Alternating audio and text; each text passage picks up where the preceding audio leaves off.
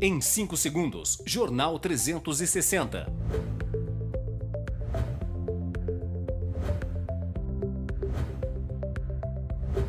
Oferecimento Café Beduíno. Descubra o sabor marcante do café beduíno. O cenário da educação no país é incerto e conturbado, produzido por décadas de ineficiência de gestão, acúmulo geométrico de problemas e defasagens em contraposição à lentidão das soluções. A prioridade a temas ideológicos que, a rigor, são pontuais, porém infinitamente menores no universo de carências e problemas a resolver na agenda educacional do país. Que a luta pela educação siga independente das barreiras políticas e econômicas e o ensino de qualidade seja uma realidade, não apenas uma utopia para qualquer pessoa. Democracia se faz com a garantia igualitária dos direitos humanos, dentre os quais está a garantia à educação. No programa de hoje, professor Marcelo Bregagnoli, vice-presidente de Relações Internacionais do CONIF, Conselho Nacional das Instituições da Rede Federal de Educação Profissional, Científica e Tecnológica, e professor Cleiton Donizete Corrêa Tereza, coordenador do Centro Municipal de Referência do Professor da Secretaria Municipal de Educação. Estamos no ar com o Jornal 360.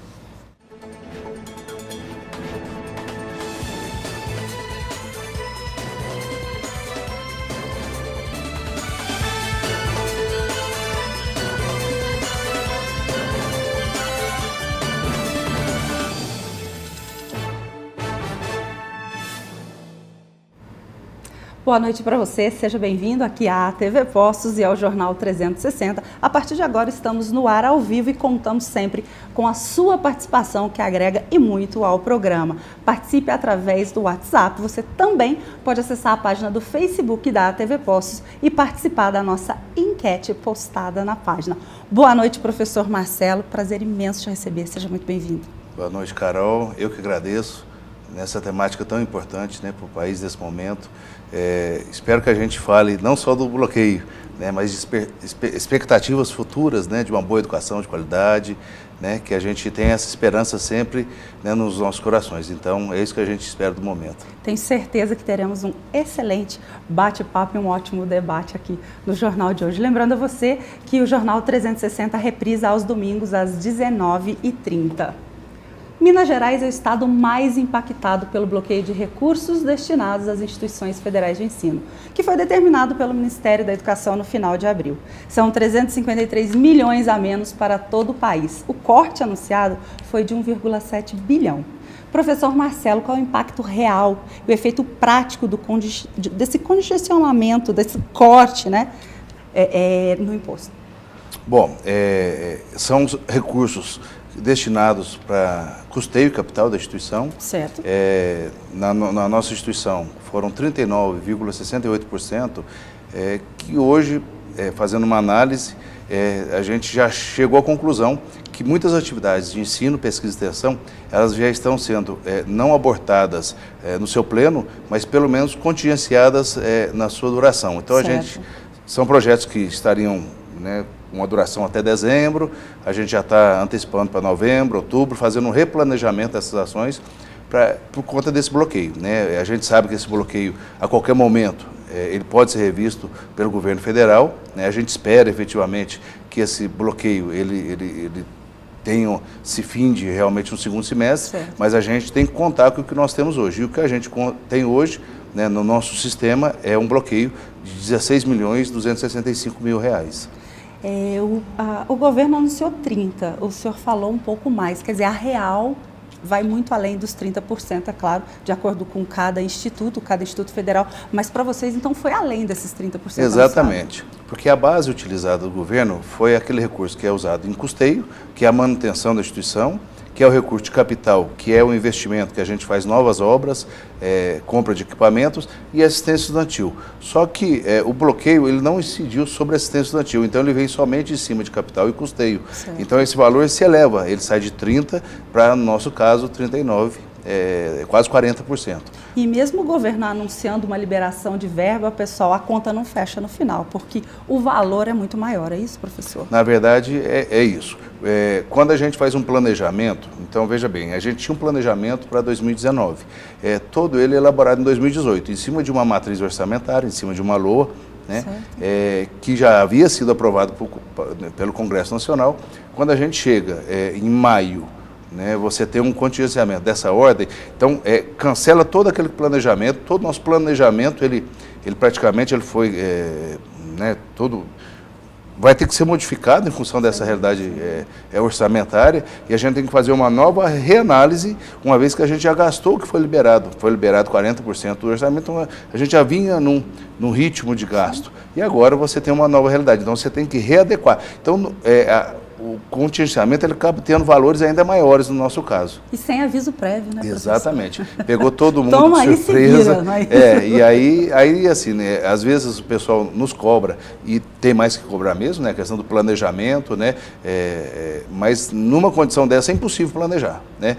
Imagina, né, a gente, né, tem um salário, né, você está contando com aquele salário no mês seguinte para poder honrar os seus compromissos, as contas, é igualzinho uma instituição pública, né? Ela tem contas a pagar, ela tem terceirizados, ela tem água, luz, ela tem internet, ela tem uma série de ações que dependem diretamente desse recurso.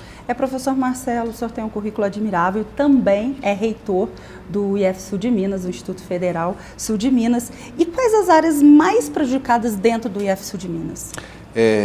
A gente está tentando, ao máximo, fazer com que esse contingenciamento não atinja frontalmente as atividades de ensino. Sim. Então, aquela atividade voltada diretamente para o aluno, a gente está tentando preservar ao máximo. Óbvio, né, que a gente sabe que, em alguma medida, isso vai acontecer. Viagens técnicas, né, todo o apoio didático-pedagógico, que depende de custeio, mas pesquisa e extensão são duas áreas que provavelmente serão muito, muito atingidas, né, porque são projetos que dependem diretamente desses recursos, né, e lógico, nesse cenário você tem que preservar a atividade de ensino. Então a extensão e a pesquisa acaba sofrendo um impacto maior. São as áreas bastante prejudicadas. Nós fomos às ruas aqui da nossa cidade com a nossa equipe de reportagem e conversamos com universitários que dependem de bolsas, que estão nessas faculdades federais, para saber o que esse impacto chegou até a população. A Cacau é estudante de engenharia ambiental. Ela conta que após o governo bloquear recursos de institutos e faculdades federais, não está nada fácil continuar sonhando com a formatura. Aqui no campus Poços de Caldas, muitos alunos têm que ficar o dia inteiro, porque é longe, a gente já não tem meio passe, então para o aluno já fica, já é caro se deslocar, e agora vai ficar mais caro ainda, porque ele não tem o auxílio, o subsídio, ou perdeu realmente o auxílio alimentação, ou seja, ele vai ter que pagar o valor integral no café da manhã, no almoço e na janta. O anúncio de contingenciamento foi feito pelo governo no mês passado. Se não houver contingenciamento, eu simplesmente entro de encontro, né, a lei de responsabilidade fiscal. Então, se bem não tem dinheiro, é que qualquer um faz, né? Não tem que contingenciar. O Instituto Federal de Poços de Caldas também foi afetado e está com as atividades comprometidas. Com contingenciamento, a gente corre o risco até de não funcionar até o final do ano. Isso a gente vai perdendo alunos, né, que dependem desse auxílio, porque a maioria dos estudantes do Instituto Federal aqui de Poços, eles são alunos de baixa renda, então eles dependem desse auxílio para permanecerem no Instituto, né, fora que isso gera um reflexo econômico muito grande na cidade. No caso específico das universidades federais, o bloqueio afeta verbas discricionárias, aquela que o governo entende que não são obrigatórias para contas de água, luz, telefone ou contratos com terceirizados. Para estudantes, o contingenciamento na educação coloca em risco o sonho de muita gente, que pode deixar as salas de aula cada vez mais, assim, vazias. Para o estudante, né, é um sonho entrar numa universidade, no Instituto Federal, né? Então, assim, muitos alunos vêm de muito longe para poder cursar uma instituição federal. Então, realmente, eu fico até um pouco emocionada, né, porque mexe muito nos sonhos de toda a juventude do Brasil, né? Então, assim, quanto isso é importante, né? Porque esses cortes, essas reformas, elas não cabem realmente no sonho dos filhos e filhas da classe trabalhadora que necessitam desse auxílio para permanecer nessas instituições federais que são nossas, né? Porque nós pagamos impostos, nós investimos para que esse seja o nosso retorno, né? Uma educação democrática e de qualidade. Poços de Caldas já é uma cidade que demanda um pouco mais de dinheiro para se manter e agora, né, com todo esse cenário, infelizmente, a gente sente assim que muitos alunos não vão conseguir se manter dentro da universidade. Gostaria muito de estar passando uma matéria totalmente diferente dessa, sobre extensão de cursos, falando aí de alunos ganhando bolsa, né, estudar cada vez mais nos extensivos, mas é triste a realidade. Professor, é possível esperar um comprometimento dos parlamentares para manter esses recursos da União? O CONIF tem buscado esse apoio? Uma boa pergunta, Carol. A gente tem feito uma mobilização em Brasília, nós conseguimos fazer 2 audiências esse ano, uma inclusive foi concomitante a uma que o Guedes estava presente, falando da questão da reforma, né, da Previdência, e a gente conseguiu colocar naquela sessão mais de 40 parlamentares. Então, o CONIF tem trabalhado no sentido de justamente aglutinar uma maior quantidade possível de parlamentares para que eles possam nos defender em vários momentos, não só a questão da legislação que eles têm feito essas intervenções pontuais, mas, sobretudo, buscar junto ao Ministério, né, uma forma de intervir para que a gente consiga receber novamente o orçamento que foi bloqueado. E foi positivo? Foi muito positivo. Naquele momento, eu acho que a gente demarcou um terreno importante quando se fala de educação profissional e tecnológica, né? Tanto que agora, acho que todas as reportagens que a gente escuta nacionalmente sempre falam universidades federais e institutos federais. Verdade, né? Era uma audiência pontual acerca da educação profissional. E agora, segunda-feira, também na Assembleia Legislativa de Minas, nós fizemos um bom movimento lá acerca dessa questão do bloqueio, onde estiveram representantes de todas as instituições de Minas Gerais, as instituições federais, são 11 universidades e 6 ligadas à educação profissional, 5 institutos e um Cefet, né? Então a gente tem movimentado, eu acho que tem sido importante, inclusive, esse momento, né? A oportunidade que vocês têm nos dado, para a gente é um prazer. Com certeza, e eu acho que assim, a gente tem mostrado o nosso trabalho. Se tem um lado positivo disso tudo, é o quanto a população reconhece, né, em nós, um ente realmente que pode dar esperança, como muito bem falou a nossa estudante. Eu fico orgulhoso de ter escutado. Falou muito bem, falou muito bem, ou seja, a educação empodera, né, empodera as pessoas, né? Eu acho que a fala dela mata o assunto, porque realmente empodera, capacita. E representa muitos alunos. E representa muitos alunos, pessoas, né, exatamente. que gostariam de estar ali falando essa mesma questão. Voltando para esses cortes do ensino federal, isso tem efeito cascata? A gente pode citar, por exemplo, a saúde, por conta das universidades hoje que possuem hospitais. A educação vem num efeito cascata, quer dizer, corta-se verba para a educação, isso vem atingindo outras áreas? Com absoluta certeza, porque no caso dos hospitais universitários que estão ligados às universidades, né, eles têm também um impacto direto. A gente lá em Belo Horizonte, durante a audiência, o representante da Universidade Federal de Minas Gerais, eu conversava com ele, é um dos maiores hospitais hoje em BH, e ele já diz que algumas coisas de atendimento, de pronto atendimento, já começaram a diminuir. Então, o número de atendimentos, né, e a gente sabe que isso acaba refletindo até na qualidade do atendimento. Você tem um compromisso, mas quando começa a faltar o mínimo, a qualidade do serviço prestado, realmente ele começa a ter o efeito desse bloqueio.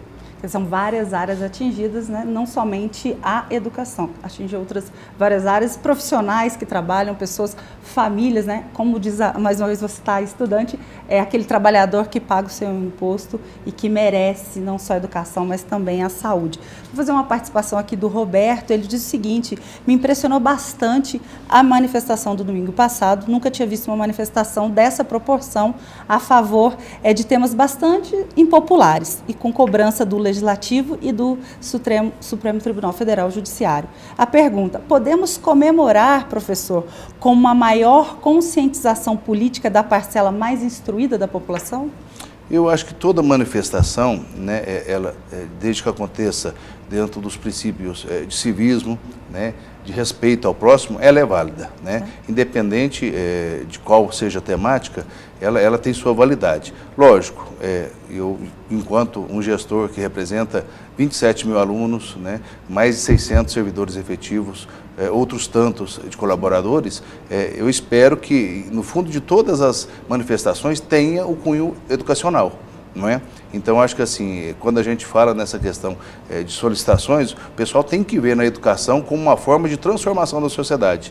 Né? Nada transforma tanto a sociedade quanto a educação. É uma base, né? É uma base de tudo. Então, as pessoas se formam através da educação, as pessoas criam argumentos através da educação. Então, a educação, ela fornece subsídios. A exemplo que a gente escutou aqui agora, quer dizer, essa estudante, ela obteve toda essa capacidade argumentativa, logicamente ela traz alguma coisa de casa, mas foi dentro da escola, num espaço que se ensina com qualidade, né, que você tem uma valorização do professorado, é isso que a gente preza enquanto instituição pública. Sem dúvida, o Sérgio Ribeiro diz o seguinte: plano B, professor, se o governo não conseguir mais pagar as contas, qual será a atitude das autoridades universitárias? Exato, uma boa pergunta. Nessa situação, nós teríamos 3 saídas, né? Uma, não fazer nenhum tipo de análise, gastar o nosso recurso e chegar lá em agosto, setembro, parar a instituição. Uma coisa professor, parar a instituição. Com o bloqueio que foi colocado, se a gente continuasse ofertando as mesmas ofertas, né, de ensino, pesquisa e extensão, sem fazer nenhuma reanálise, sim, a gente teria paralisada todas as atividades por volta de agosto, setembro. Né, esse, de fato, essa seria uma medida que aí a gente teria que, né, fazer outro tipo de reivindicação, algo mais um pouco profundo no Ministério.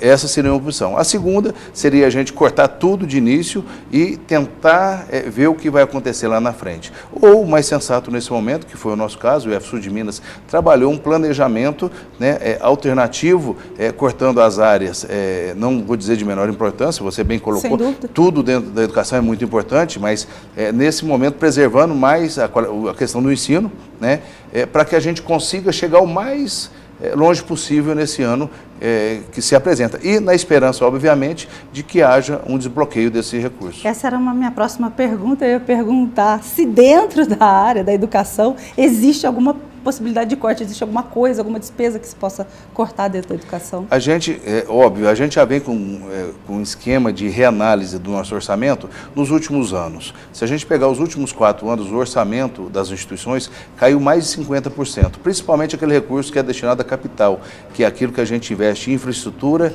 e equipamentos. Né? Tanto que a gente conseguiu construir dentro da instituição, conseguindo recursos extra-orçamentários.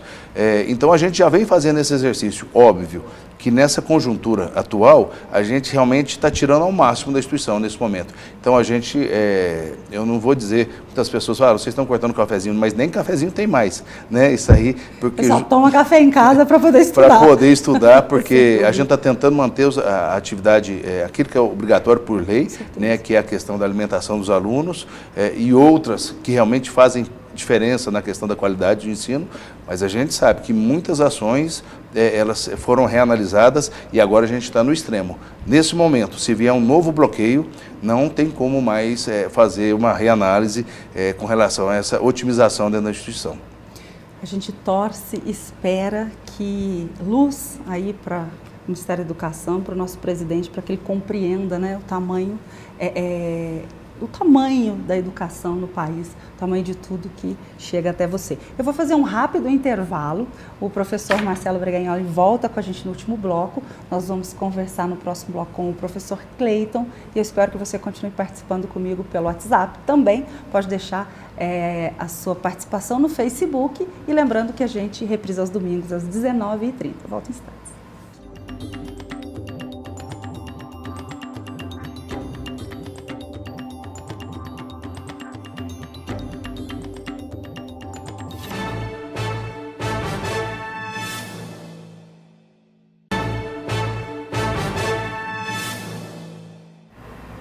estamos de volta. Agora vamos conversar com o professor Cleiton Donizete Corrêa Tereza, que é coordenador do Centro Municipal de Referência do Professor da Secretaria Municipal de Educação. Quero você participando com a gente também. Tenho perguntas aqui, vou fazer as suas perguntas. Lembrando também que no último bloco do programa a gente atende a maioria das perguntas. Quantas a gente conseguir atender? Então participe, mande a sua pergunta. Professor Cleiton, na sua opinião, os cortes demonstram uma intenção do governo federal de inviabilizar as universidades públicas, favorecendo a expansão das universidades privadas, objetivando a privatização da educação?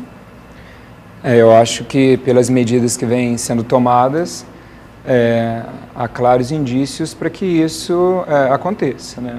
Parece mesmo que esse é o caminho e é a opção feita pelo governo. Você disse no começo do programa que a gente tem que pensar na educação para além das ideologias e para além das questões econômicas. Mas isso é muito difícil.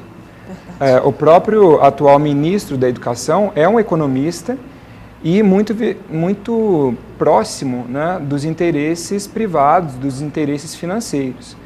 Então, é claro que a gente gostaria de ter um debate sobre a educação que ele fosse mais transparente, mas muitas vezes os interesses privados... Menos utópico, não é, professor? Sim, eu até gosto da utopia no sentido de como ela nos move, né? Eu acho que isso é uma questão importante. Agora, a gente pensar que nós vamos resolver os nossos problemas na educação com discursos ideológicos, agressivos e até com corte de recursos, isso é impensável, né? Não me parece esse o caminho. Mas como você, né, colocou a questão, realmente parece que existe um projeto em andamento de sucateamento das instituições públicas que, obviamente, faz direcionar mais estudantes para a rede particular. Não tem como a gente não pensar nisso, né? Sim, e assim, nós temos elementos para pensar isso, né? Nós temos profissionais da área financeira atuando na educação como conselheiros.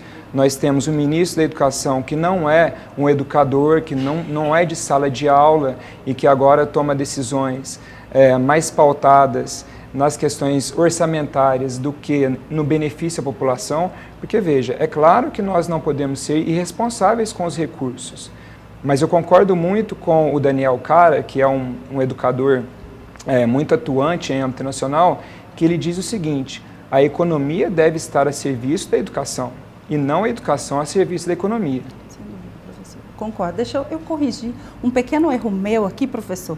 Eu já comecei o segundo bloco aí te mandando uma pergunta e nem te dei uma boa noite e nem agradeci a gentileza de você ter vindo conversar com a gente. A gente fala educação, a gente fica assim, cheio de vontade de debater do assunto, mas obrigado pela sua presença, viu? Eu agradeço muito. Você é muito bem-vindo. Obrigado mais uma vez. Bom, agora vamos continuar. Participe aqui comigo, estou recebendo perguntas. Essa questão da desigualdade econômica e social no Brasil, você acha que está totalmente, diretamente ligada à educação? Nós não podemos pensar que a educação vai resolver todos os nossos problemas.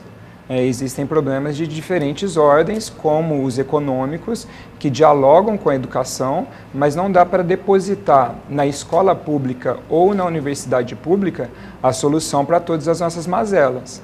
As universidades e as escolas, elas acabam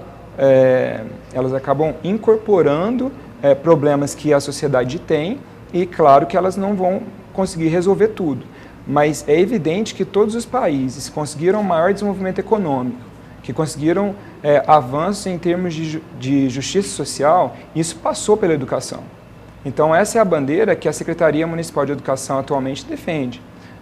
Nós precisamos de uma educação que seja transformadora, que permita acesso, que permita às pessoas entender, no mínimo, aquilo que é negado a elas, para que a partir dali elas possam construir uma consciência, uma atuação, um empoderamento, como o professor Marcelo disse antes, e assim possam conquistar o lugar que lhe é devido. Porque em uma sociedade em que parte da população tem acesso à educação de qualidade, tem acesso a cinema, tem acesso a cultura, teatro, pode fazer viagens para fora do país, e uma grande parte não consegue ter esse mesmo acesso, é claro que isso vai sinalizar para um desnível e para uma situação que nós não desejamos.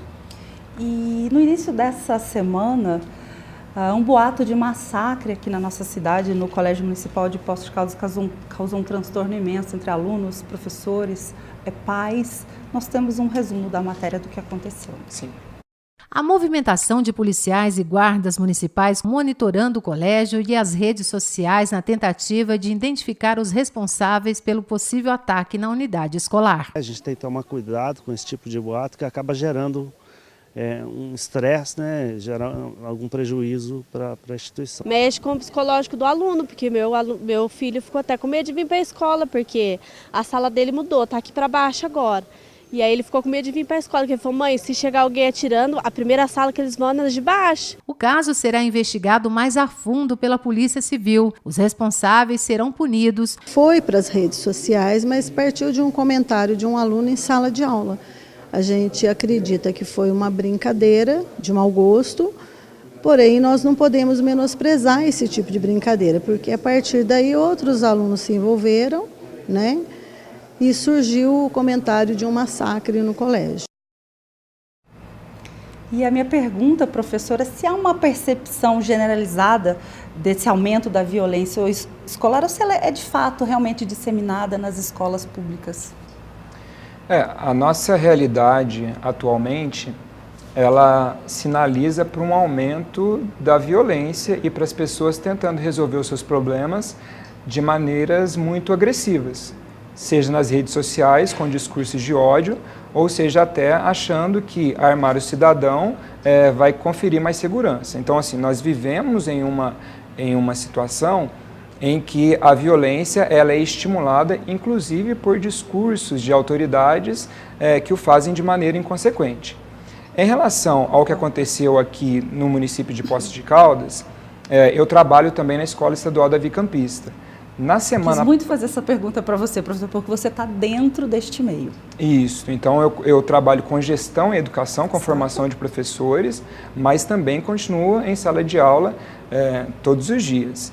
Então, a Escola Estadual Davi Campista passou por isso na semana passada e essa semana nós tivemos o caso do municipal, onde inclusive a minha filha estuda. É claro que, como disse muito bem a diretora Ângela, não é possível ser negligente. A diretoria da escola tomou todas as providências possíveis, acionou a guarda, a polícia, a secretária municipal de educação esteve na unidade naquele dia, mas é preciso pensar também que o problema da segurança na educação, ele passa por uma melhoria do convívio dentro da própria escola. Perceba que os massacres, ou parte dos massacres que infelizmente ocorreram, inclusive fora do país, foram feitos por alunos que estavam naquela instituição, que muitas vezes não se sentiam contentes ali e que isso não foi percebido, não é? Então a Secretaria Municipal de Educação tem desenvolvido uma formação com gestores e professores para construírem nas escolas um plano de convivência, de forma que as relações interpessoais sejam melhoradas. Excelente colocação, professor. Isso não quer dizer que as escolas estejam totalmente a salvo com esse trabalho, mas esse trabalho é essencial. Se nós reivindicamos que os setores de segurança façam a proteção no entorno da escola, na porta da escola, dentro da escola, esse trabalho de segurança e de convivência, ele deve ser desenvolvido pelos educadores. Eu gostei muito da sua colocação. É claro que existe essa preocupação gigantesca da nossa secretaria em relação à segurança dos alunos e dentro dessa possibilidade de identificar uma insatisfação, de identificar uma possível postagem numa rede social, que foi um dos casos que levou o municipal ao acontecido. Então, muito interessante o que você colocou. Nós temos um gráfico, a ONG Visão Mundial, também saiu publicado na revista Veja da semana passada, nas redes sociais, tá, pessoal? Levantou este gráfico com a violência nas escolas mais generalizada no Brasil, tá? Então eu gostaria de mostrar para vocês, porque assim, os números realmente me impressionaram. Aí são 52% dos jovens que não se julgam protegidos em sala de aula, mais da metade dos alunos, 84% já presenciaram brigas entre alunos, tá? 33% já falaram que já sofreram ameaças de abuso físico no colégio 36% já tiveram aulas canceladas devido a tiroteios. Lembrando que essa ONG Visão Mundial fez uma análise, tá, Brasil, tá? Não é Poços de Caldas, tá, pessoal? Não é a região, é Análise Brasil. 33% afirmam aí ter sido alvo de violência urbana e 1 em cada 3 não sabem a quem recorrer em caso de ataque. Quem recorrer, professor? A diretoria, a escola? A direção tem que dar esse suporte ao aluno? Então, nós temos que observar... Estamos falando dentro da escola, tá? Sim. Não para fora da escola. Sim, nós temos que observar muito a questão dos níveis de violência. Não é? A escola é, por si só, um lugar de conflito. Imagine, você tem centenas de alunos dentro de uma instituição, meninos e meninas que estão aprendendo a conviver com os outros e com eles mesmos, entendendo a realidade do mundo que está ao seu redor. Então, os conflitos nas escolas, eles são presentes, eles são constantes e eles sempre vão acontecer mesmo. Essa é uma questão, porque também muitas vezes o medo, o pavor da população faz com que determinados casos que poderiam ser resolvidos com diálogo dentro de uma sala de aula, numa conversa com o professor, com o supervisor, acabe se transformando em algo muito maior. Então, essa é uma questão. Agora, agressão física, por exemplo, é inaceitável. Independente, é claro que uma criança em um SEI, né, em um centro de educação infantil, você vai lidar de uma determinada forma.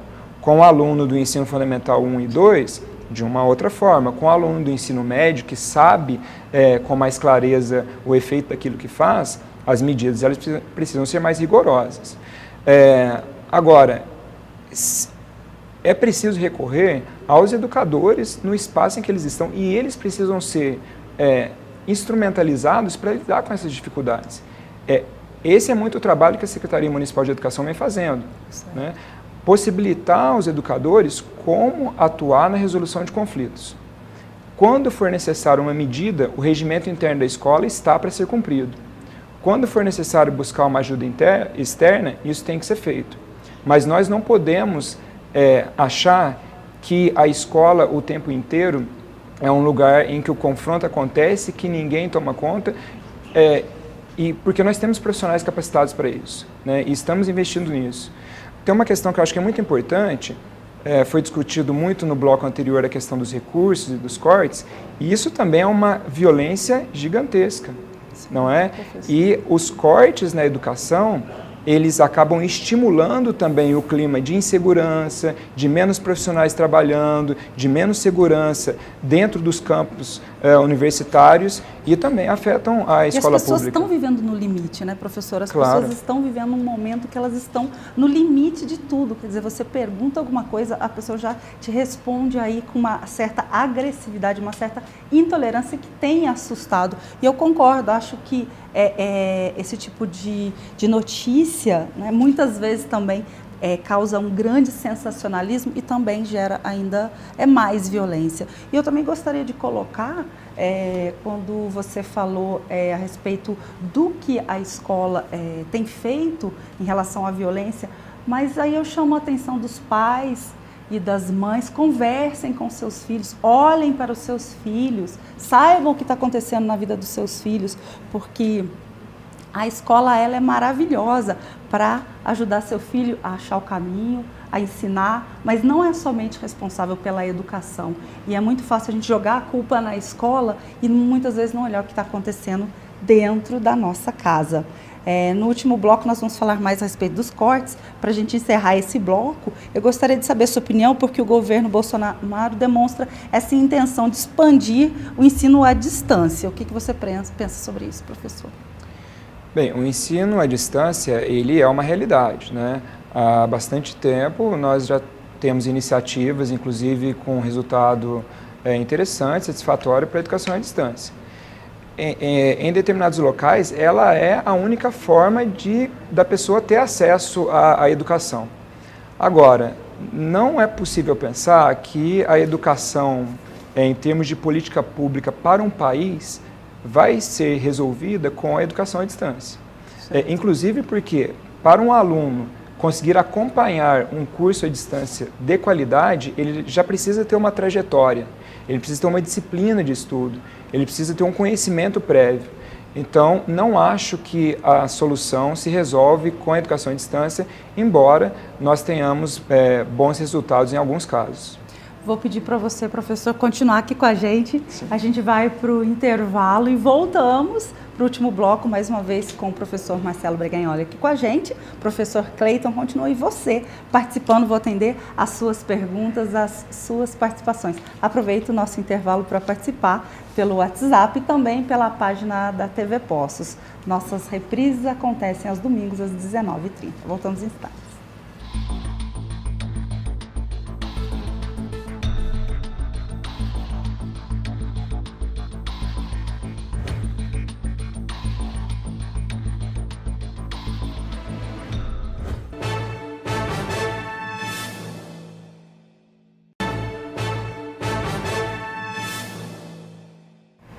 Estamos de volta para o último bloco e agora com o professor aqui, Marcelo Breganholi de novo e Cleiton comigo. Eu prometo que eu vou fazer as suas perguntas. Eu digo assim para os nossos telespectadores, mas fica tanta pergunta boa para o final, mas eu vou atender o máximo que eu puder. As imagens que vocês vão ver são da manifestação ocorrida aqui em Poços de Caldas, que também mobilizou em diversas cidades do país no último dia 15, contra a decisão de contingenciamento de recursos destinados à educação. São algumas imagens da nossa cidade, mas ocorreram em diversas cidades.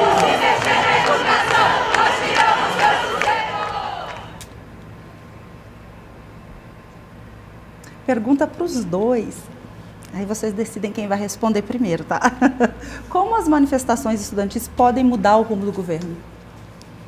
Bom, eu acho que reitero o que eu falei no bloco anterior, toda manifestação ordeira que apresenta, a gente viu ali pessoal apresentando inclusive trabalhos científicos, né, muitos banners, pessoal carregando, mostra a importância da educação, ela é uma forte demonstração para a sociedade daquilo que a gente faz, né? Muitas vezes as pessoas acham que a gente fica só no ensino, a gente vai muito além, né? A gente trabalha com a pesquisa, com a extensão. Então, essa forma de manifestação pacífica, né, ordenada, ela chama a atenção para a temática, né? Nesse momento de bloqueio de recursos, mas também traz uma questão qualitativa, quer dizer, para que a gente possa manter, fazer a manutenção desses indicadores, no nosso caso do Instituto Federal, são indicadores reconhecidos, nacional e internacionalmente, a gente precisa de recursos, ou seja, nós somos uma instituição pública e efetivamente a gente precisa disso. Então esse movimento é importante, né? Eu acho que ele tem seu momento, como assim, toda manifestação, né, pacífica, mas ela traz a temática da educação, que é muito importante. Professor Cleiton, concorda? Concordo, sim. E toda pessoa que já trabalhou um pouco na área de gestão, já trabalhou nessa área mais, digamos assim, de planejamento, de política pública, ou mesmo na área política, sabe que pessoas na rua dizem muito. Às vezes o argumento de que as pessoas vão para a rua e não dá em nada, dá sim. Todo governante, seja ele um prefeito, governador ou presidente, ele faz monitoramentos de o que as pessoas estão dizendo, como elas estão na rua, como elas estão se comportando. E não é à toa que o próprio governo, de alguma forma para contrapor, chamou para as manifestações no último domingo. Então, assim, se as manifestações fossem simplesmente coisas de idiotas, como ele sinalizou, ele mesmo não teria chamado aqueles que o apoiam para ir para a rua manifestar as suas proposições. Então é muito relevante, sim, e eu até diria assim, que é o mínimo que se espera. Eu estava nessas manifestações, né, como educador que sou, e se nós não concordamos com os cortes, se essas medidas elas podem paralisar, como o professor Marcelo disse, as instituições, não é possível silenciar. Eu vou citar agora exatamente o que você falou, professor Cleiton, que no último domingo também foi palco das manifestações agora em favor do governo do presidente Jair Bolsonaro. A gente tem algumas imagens, né? Aconteceram aqui na nossa cidade e também em diversas cidades aí do país. E a minha pergunta agora é exatamente essa. Qual que é o sentido da manifestação pró-governo se o presidente foi eleito democraticamente, não cometeu nenhum crime de improbidade e não cometeu nenhum crime administrativo? Eu gostaria da opinião de vocês. Qual o sentido da manifestação pró-governo? Eu acho que nesse momento, né, que houve uma disputa muito acirrada na última eleição. Então a gente sabe realmente que houve uma polarização, né, para os dois lados. E esse tipo de manifestação talvez é uma forma de reconfirmar aquilo que aconteceu nas urnas. Realmente o presidente acabou de ser eleito, né, a gente não tem nem 6 meses ainda de mandato, né, quer dizer, é uma forma de reafirmar aquilo que foi decidido na urna. Eu acho que nesse caso é um posicionamento de classes, muitas vezes acontece isso, né, um posicionamento de classes de marcação de terreno, e diferente da pauta da educação. A pauta da educação ela é muito clara, as manifestações que aconteceram no dia 15 e no dia de hoje, exatamente, né, hoje aconteceram também, hoje, vamos citar algumas também. aconteceram hoje, Brasil afora, elas têm uma pauta muito direcionada, que é a educação. Então, assim, existe uma diferença no conceito.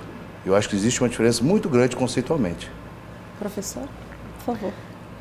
Eu penso que as manifestações que aconteceram no domingo, é evidente que as pessoas, né, têm todo o direito de se manifestarem, mas nós vimos algumas colocações que atacam a democracia. Por exemplo, nós podemos fazer todas as críticas ao Congresso, mas pedir que o Congresso seja fechado, você silencia a representação popular. Nós podemos fazer críticas ao STF, mas querer que o STF seja fechado, você fere com princípios constitucionais que não podem ser jogados fora ou questionados de maneira leviana. As manifestações do último domingo, elas foram bem menores, né, do que se esperava e bem menores do que tivemos em outros momentos. E eu concordo muito com o professor Marcelo, nós estamos numa situação de fratura. E não é com algumas medidas em alguns meses que qualquer governo eleito resolveria. Agora, o que preocupa é que nós estamos assim, com um nível de questionamento desse atual governo muito antes do esperado, inclusive por problemas que ele mesmo cria, né, por dificuldade de relacionamento com o Congresso, com as instituições, com as universidades, né, retirando a autonomia universitária. Então, é uma situação preocupante e não é à toa que essa semana os presidentes do Supremo, da Câmara de Deputados e o presidente do país, né, acompanhado de outros representantes, de outras autoridades, tentaram fechar um acordo para ver se conseguem algum clima de governabilidade. Já inclusive recebemos convidados aqui no Jornal 360 que citaram que a maior oposição do governo Bolsonaro é o próprio governo Bolsonaro. Vou atender aqui participação aqui do Eduardo. Se a intenção das manifestações dos estudantes é a favor da educação, senhores, o que Lula livre e ele não tem a ver? Eu acho que assim, eventualmente vai sempre ter um ou outro, como toda manifestação, puxando temáticas dessa ordem, dessa natureza, né? Mas o importante, eu acho que assim, o professor Cleiton relatou anteriormente a questão do abismo social. Né? Muitas vezes o pessoal chama Lula livre, outras, né, como teve no domingo, né, palavras de ordem, muitas vezes a gente associa algumas coisas com relação a palavras de ordem, mas o importante é justamente a luta que a gente tem para diminuir esse abismo social. Né? Então, se eventualmente vai ter alguém gritando Lula livre, outros, né, palavras um pouco mais ásperas, isso sempre é normal, porque faz parte do coletivo, né, ter um ou outro. Mas o importante é o foco da temática, que é justamente a diminuição da diferença social, como comentado aqui pelo professor Cleiton, desse abismo que nós temos. Quer complementar, Cleiton, por favor? Sim, eu acho que é necessário lembrar que quando você tem uma manifestação, você não tem, e nem é bom que exista um controle de todas as falas, de todas as posições, de todas as bandeiras. Se é uma democracia, a própria manifestação, ela vai apresentar pontos de vista diferentes. A questão de uma manifestação da educação pedir Lula livre, por exemplo, me parece um pouco óbvio até, porque com todas as falhas do governo, dos governos anteriores, houve um investimento significativo em termos de educação. A própria expansão dos institutos federais da nossa região se deram durante os governos do PT. Então, que existiram falhas e a gente possa querer melhorias ou aperfeiçoamento, sim, mas as pessoas fazem uma identificação com a expansão do ensino gratuito universitário com os governos anteriores. Pergunta aqui da Ana Clara Gonçalves: por que não houve protesto quando no governo da Dilma houve cortes até superiores aos atuais na área da educação? Acho que é importante contextualizar. Por favor, né? professor. Nós tínhamos naquele momento, acho que o professor foi muito feliz falar na questão do investimento que aconteceu. Quando você, naquele momento, teve um bloqueio, né, tiveram bloqueios, não foi só um, acho que na época da presidenta Dilma foram 2, você tinha uma quantidade orçamentária muito maior do que a realidade hoje. Hoje, a realidade nossa, nós estamos no limite. Nos últimos 4 anos, foi uma redução de 53% do orçamento. Então, realmente, nós estamos no limite do limite da operação. Então, qualquer bloqueio, como aconteceu, né, 5,8 bilhões, depois, via portaria, um outro bloqueio de 1,5 bilhão praticamente, né, leva à falência do sistema público de ensino ligado à questão da federação. Então, hoje, realmente, com esse bloqueio instalado, se for usado, inclusive, como base para a LOA do ano que vem, com certeza, nossa forma de atuação ela vai ser muito modificada. Falamos disso no primeiro bloco, com inclusive. certeza, muito modificada. Inclusive, já para 2020, muitas vezes, talvez até com impacto, Cleito, na questão da oferta de vagas. Porque, por enquanto, nós não temos esse impacto. Nós não diminuímos a oferta de vagas, mas se mantiver esse bloqueio e a base utilizada para a LOA do ano que vem for essa, com certeza nós teremos impacto, inclusive, no quantitativo de vagas. Você quer, por favor, sim, colocar a sua opinião a respeito da questão? Sim, eu acho que essa questão ela é pertinente. É claro que você pode ter entre determinados grupos sociais uma aproximação maior de um partido ou de outro. Determinadas profissões ou funções podem simpatizar com uma ou outra proposta. Agora, eu sou professor há 13 anos e eu vou lhe dizer, eu não me recordo de um ano que não existiu paralisação e ameaça de greve. Às vezes foi adiante, às vezes não foi.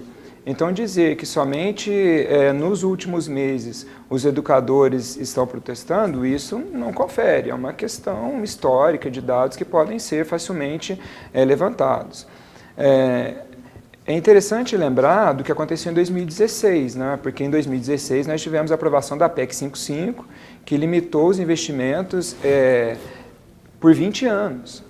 E esses efeitos eles vão aparecer cada vez mais. Então, essa questão do contingenciamento, ela vem de 2016, qualquer governo que assumisse teria que lidar com isso, ou tentando reverter aquilo que foi decidido no passado, ou cumprindo a regra com os impactos que o professor Marcelo bem apontou. Eu vou para a última pergunta para a gente concluir, a pergunta aqui do Silvio. Além dos problemas dos que frequentam as escolas, as estatísticas mostram que os números de nem são altos, nem estudam, nem trabalham. O que vocês podem falar sobre esses jovens? Bom, eu posso dizer que enquanto... Silvio José. que dentro da nossa instituição, né, a gente trata com muita qualidade. Né? Então, a gente sempre pauta por indicadores, né, reitero, não só nacionais como internacionais, né, eventualmente, né, acho que o senhor Clepto falou muito bem, sempre vai ter esse ou aquele, né, que se coloca, isso faz parte da democracia, né, e dentro de uma instituição também, ali no dia a dia, mas assim, eu posso garantir que com o nível de investimento que foi aportado nos últimos anos, né, sobretudo né, na fase da expansão das universidades e dos institutos federais, com a criação do Instituto Federal, né, nesse formato novo, nossa qualidade ela é muito respeitada, né, e é comentada, inclusive, com os índices que nós temos dentro do Enem, do PISA, o índice de empregabilidade, que é muito importante, porque no nosso caso nós trabalhamos com educação profissional e tecnológica, nós formamos o aluno, obviamente, para o mundo do trabalho, mas também formamos para a vida. Né? Então, quer dizer, eu posso garantir que na instituição, né, mesmo com a atual situação, ainda assim a gente foca muito na questão da qualitativa. Professor Cleiton. Nós sabemos que existe sim uma parte dessa geração que é nem, mas qual é o percentual? A gente teria que verificar isso, porque nós temos muitos que querem e não conseguem, seja trabalhar, seja estudar. Eu já tive alunos que deixaram de fazer um curso profissionalizante, por exemplo, porque a família não consegue pagar o transporte público que ele utiliza diariamente. Essa realidade é muito triste, gente. Não é? Como é que um aluno sai da zona sul aqui de Poços de Caldas, vem para a região central, se desloca para a zona oeste ou para a zona leste para fazer um curso técnico, volta para a região central, pega outro ônibus para voltar para casa, como é que ele vai se alimentar? Então, assim, dizer que os jovens nem querem uma coisa nem outra, eu acho um discurso um tanto superficial, precisa ser averiguado melhor. Eu não estou dizendo que isso não exista, mas talvez esteja numa fatia da classe média. Sim. E não corresponde à realidade da classe trabalhadora. Os meus alunos, eles querem muito estudar, eles querem trabalhar, eles sonham, eles desejam, eles são plurais, eles são diversos. Então, eu acho que a questão é mais complexa do que a que foi colocada. Para a gente encerrar, com base em tudo que nós conversamos, eu queria a opinião dos dois professores aqui com a gente hoje nesse feliz programa com bastante conteúdo. Quais são os pontos principais e urgentes da agenda do Ministério da Educação e da educação brasileira a partir desse exato momento? Bom, eu acho que é entender que a educação pública, gratuita, de qualidade inclusiva, é obrigação do Estado. Né? Existe uma parcela, como o professor Cleiton colocou, que não tem acesso a essa educação, então a gente precisa não paralisar as ações, mas ampliar. Eu acho que o Ministério precisa criar uma pauta positiva de educação. A gente espera ansiosamente que um programa, né, realmente efetivo, voltado para a educação básica, para a educação profissionalizante, para a educação superior, que ela seja realmente efetivada, aliás, apresentada primeiro, né, porque até agora a gente não conhece de fato qual é o programa desse governo para a educação, né, eu desconheço.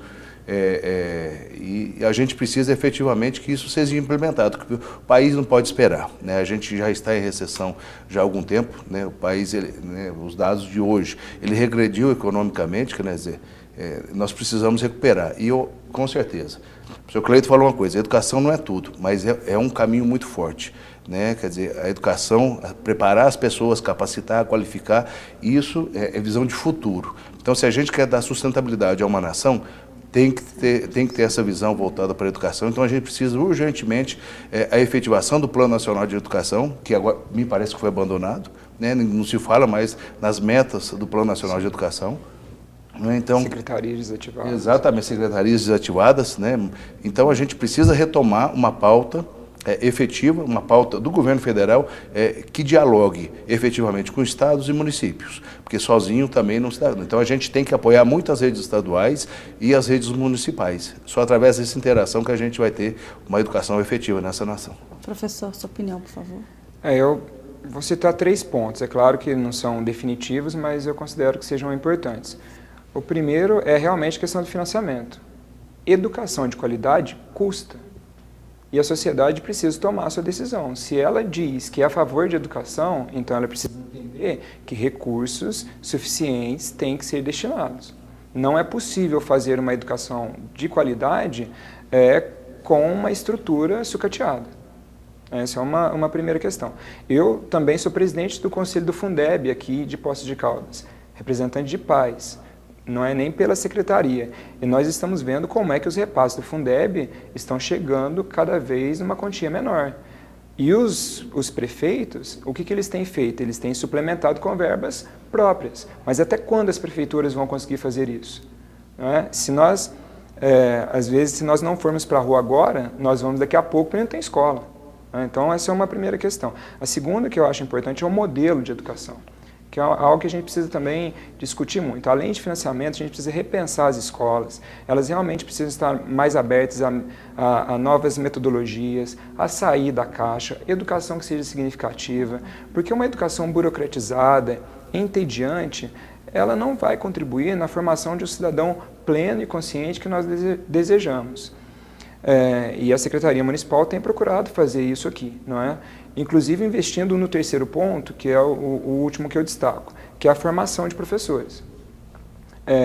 Você citou anteriormente a educação à distância. Tem cursos de educação à distância que são bons. Eu já fiz uma pós-graduação pela Universidade Aberta do Brasil e com uma exigência alta. Mas nós sabemos que existem cursos de formação de professor, graduação, não é, que deixam muito a desejar. Então, se nós não tivermos uma boa formação para os professores, como o Instituto Federal oferece, como outras instituições públicas oferecem, se nós não tivermos uma formação continuada, não será possível que os professores consigam lidar com desafios presentes no nosso tempo. Eu quero agradecer imensamente vocês pela presença aqui com a gente na TV Poços, por debater um tema tão atual, tão relevante para a nossa sociedade. Estamos vendo aí tudo que está acontecendo no nosso país. Espero que vocês possam voltar para que a gente venha com boas notícias, com contingenciamento fora do nosso país, com aporte para a educação. Eu sempre falo que eu sonho em fazer programas desse tipo. Muito obrigada, viu, professor Marcelo? Muito obrigada, professor Cleiton. Agradeço imensamente. E também espero que a gente tenha um governo menos preocupado com a sua popularidade e mais preocupado com o nosso país. Nós voltamos na próxima semana. Uma ótima sexta, sábado e domingo. A gente se vê lá. Até mais.